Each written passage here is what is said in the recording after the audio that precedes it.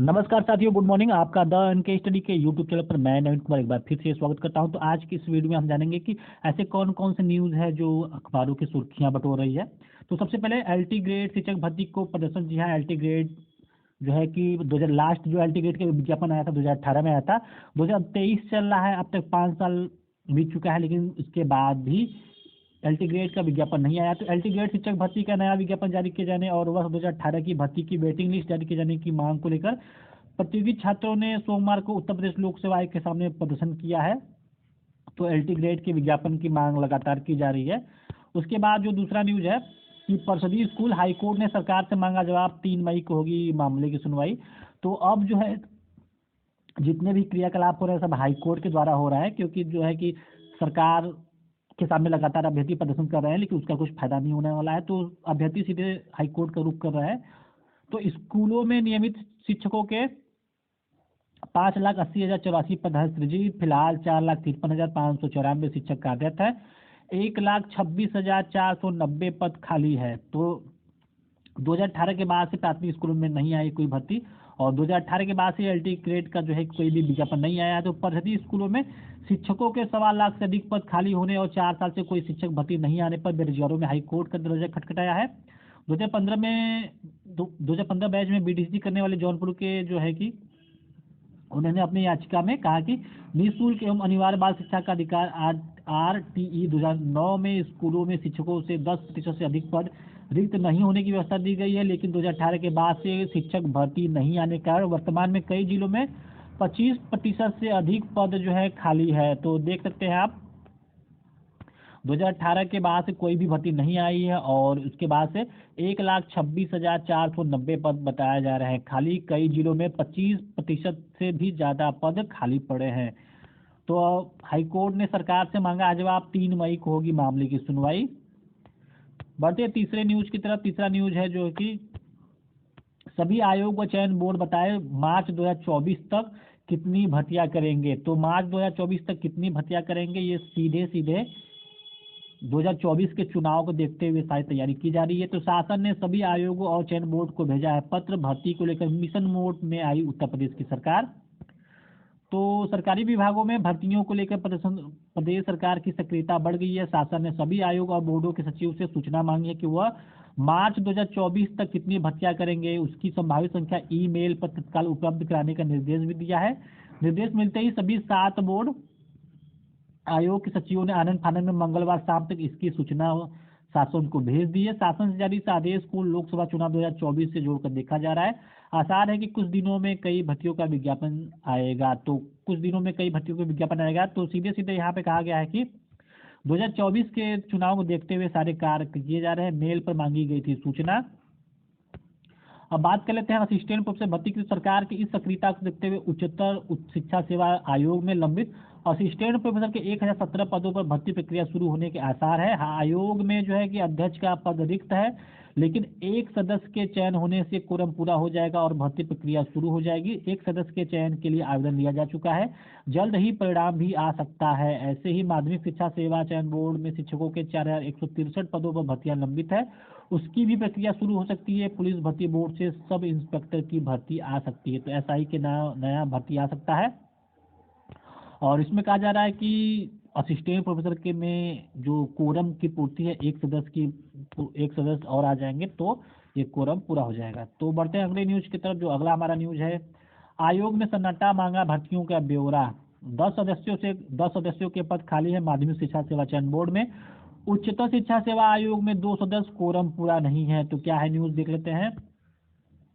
तो उत्तर प्रदेश लोक सेवा आयोग को छोड़ दिया जाए तो जिले में स्थित उत्तर प्रदेश उच्चतर शिक्षा सेवा आयोग और उत्तर प्रदेश माध्यमिक शिक्षा सेवा चयन बोर्ड में काम पूरी तरह से ठप पड़ा हुआ। इस बीच शासन के विशेष सचिव मदन सिंह गारब्याल ने सभी भर्ती आयोगों से 2023-2024 सत्र में चारों तिमाही में संभावित भर्ती की अलग अलग ब्यौरा मांग लिया है। ऐसे में सवाल है कि जिन आयोगों में भर्ती संबंधी सभी काम ठप पड़े हैं तो वहां से क्या सूचना भेजी जाए। उच्चतर शिक्षा सेवा आयोग के अध्यक्ष प्रोफेसर ईश्वर शरण विश्वकर्मा का कार्यकाल 6 फरवरी को पूरा होने के बाद से सिर्फ 2 सदस्य बचे हैं आयोग में और कोरम पूरा भी नहीं है। विज्ञापन संख्या 51 के तहत सहायता प्राप्त महाविद्यालयों में असिस्टेंट प्रोफेसर के 1017 पदों के लिए लिखित परीक्षा की तारीख तय नहीं हो पा रही है। तो भविष्य की भर्ती की चर्चा ही बेमतलब है। इसी प्रकार माध्यमिक शिक्षा सेवा चयन बोर्ड में सदस्यों के सभी 10 पद साल भर से खाली पड़े हैं और इसमें 4163 पद है। 16 जुलाई तक आवेदन लिए गए थे। इसकी परीक्षा तिथि भी अभी तक घोषित नहीं की जा सकी है। तो आयोग ने सन्नाटा है, मांगा है भर्तियों का ब्यौरा। अब बढ़ते हैं अगले न्यूज की तरफ। जो मदरसों समेत सभी शिक्षा संस्थानों से में शिक्षकों की भर्ती एक ही आयोग से होगी। उत्तर प्रदेश शिक्षा सेवा चयन आयोग के गठन को हरी झंडी, मुख्यालय प्रयागराज में बनाया जाएगा। तो आज जो है कि कैबिनेट पे इसकी फाइनल मुहर लग सकती है, क्योंकि आज कैबिनेट का मीटिंग होने वाला है शाम को। तो इसमें जो है कि इस प्रस्ताव को भी शामिल किया गया है उत्तर प्रदेश शिक्षा सेवा चयन आयोग। तो उसमें कैबिनेट की हरी झंडी जो है कि मिल सकती है। तो यहाँ पे देखिए साफ साफ कहा जा रहा है कि आज कैबिनेट की मंजूरी संभव। सीएम योगी की अध्यक्षता में बुधवार शाम 4 बजे कैबिनेट बैठक होगी। इसमें उत्तर प्रदेश शिक्षा सेवा चयन आयोग के गठन को मंजूरी मिल सकती है। कैबिनेट में दर्जन भर प्रस्तावों पर चर्चा होगी।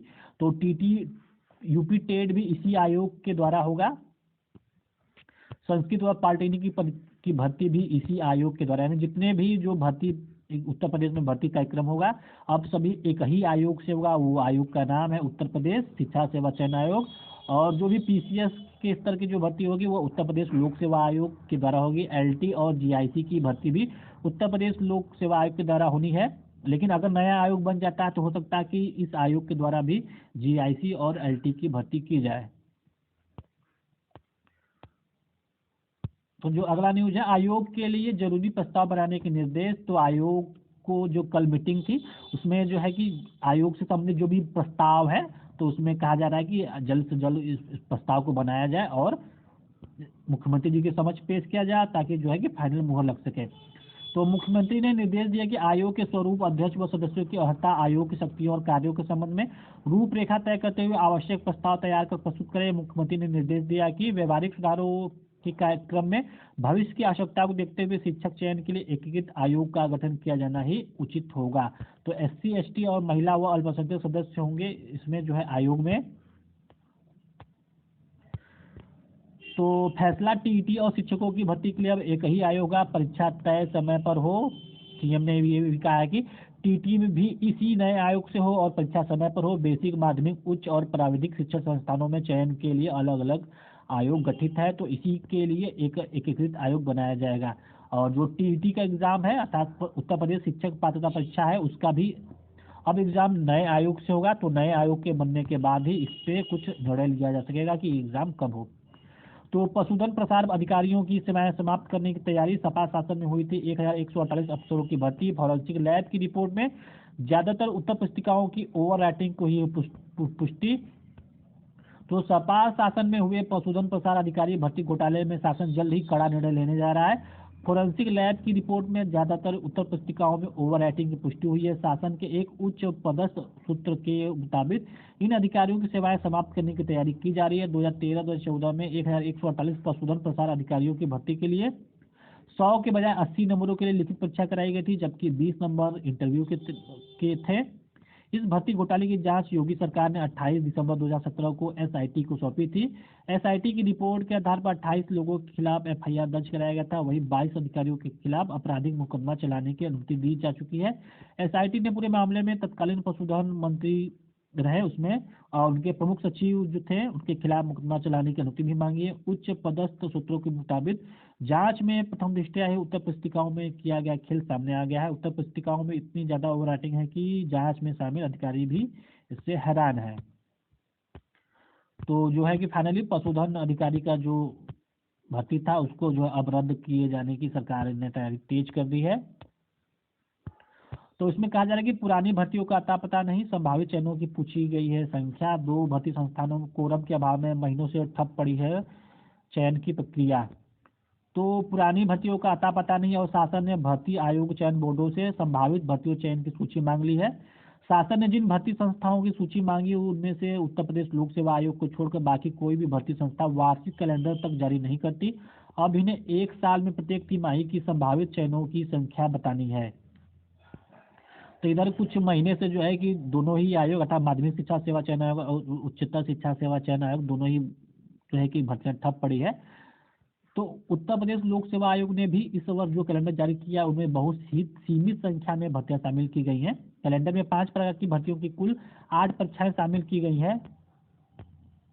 ARO APS LT शिक्षक जैसी कई महत्वपूर्ण भर्तियां कैलेंडर में शामिल नहीं है, जबकि इन भर्तियों के लिए आयोग को रिक्त पदों का अध्याचन भी मिल चुका है। शासन के विशेष सचिव ने कहा है कि उत्तर प्रदेश लोक सेवा आयोग, उत्तर प्रदेश अधीनस्थ सेवा चयन आयोग, बेसिक शिक्षा परिषद, उत्तर प्रदेश उच्चतर शिक्षा सेवा आयोग, उत्तर प्रदेश माध्यमिक शिक्षा सेवा चयन बोर्ड, उत्तर प्रदेश पुलिस भर्ती एवं प्रोन्नति बोर्ड और उत्तर प्रदेश विद्युत सेवा आयोग को पत्र जारी कर संभावित भर्तियों का ब्यौरा मांगा गया है।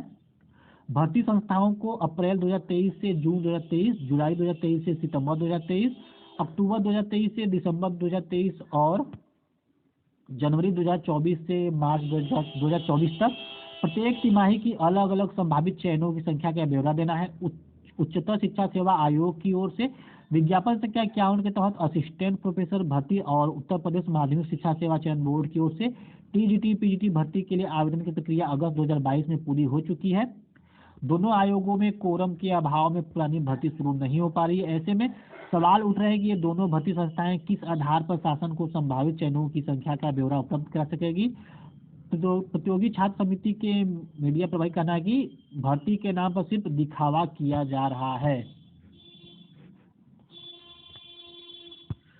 तो जो नया आयोग है उसका जो मुख्यालय है वो प्रयागराज में ही बनेगा। प्रतियोगियों के दबाव से चयन बोर्ड परिसर बन सकता है नया मुख्यालय। तो जो नया आयोग बनने वाला है और उसके मुख्यालय की बात करें तो वो इलाहाबाद में ही होगी, अर्थात प्रयागराज में ही होगा। तो इसमें कहा जा रहा है कि सभी आयोग व चयन बोर्ड बताया मार्च 2024 तक कितनी भर्तियां करेंगे। 2024 का चुनाव है। प्रयागराज में मांगा नया शिक्षा सेवा चयन आयोग का मुख्यालय, तो मुख्यालय जो है प्रयागराज में बनाया जाएगा। अब उत्तर प्रदेश शिक्षा सेवा चयन आयोग ही करेगा सभी शिक्षकों की भर्ती, प्रक्रिया होगी तेज। तो आने वाले समय में ही पता चलेगा कि प्रक्रिया कितनी तेजी से आगे बढ़ रही है। जब अलग अलग आयोग था तो प्रक्रिया तेजी से नहीं बढ़ पा रही थी। अब एक ही आयोग से तमाम तरह की भर्तियां की जाएंगी, चाहे उसमें उच्चतर के हो, माध्यमिक का हो या फिर बेसिक का हो। तो जितना भी काम है अब एक ही आयोग को सौंपा जाएगा। तो एक ही आयोग को सौंपे जाने से भर्तियां कितनी तेजी से आगे बढ़ पाएगी ये तो भविष्य के गर्भ में ही छिपा है। तो इसमें कहा जा रहा है कि आयोग के गठन के साथ खुलेगा भर्तियों का पिटारा। तो प्रदेश में विभिन्न शैक्षिक संस्थानों में शिक्षकों के खाली पदों को भी तेजी से भरा जाएगा। और शासकीय सहायता प्राप्त माध्यमिक स्कूलों में शिक्षकों के 40,000 पद खाली हैं। तो फिर से 40,000 पद की बात आ गई कि शिक्षकों के 40,000 पद खाली हैं, वो अशासकीय सहायता प्राप्त माध्यमिक स्कूलों में।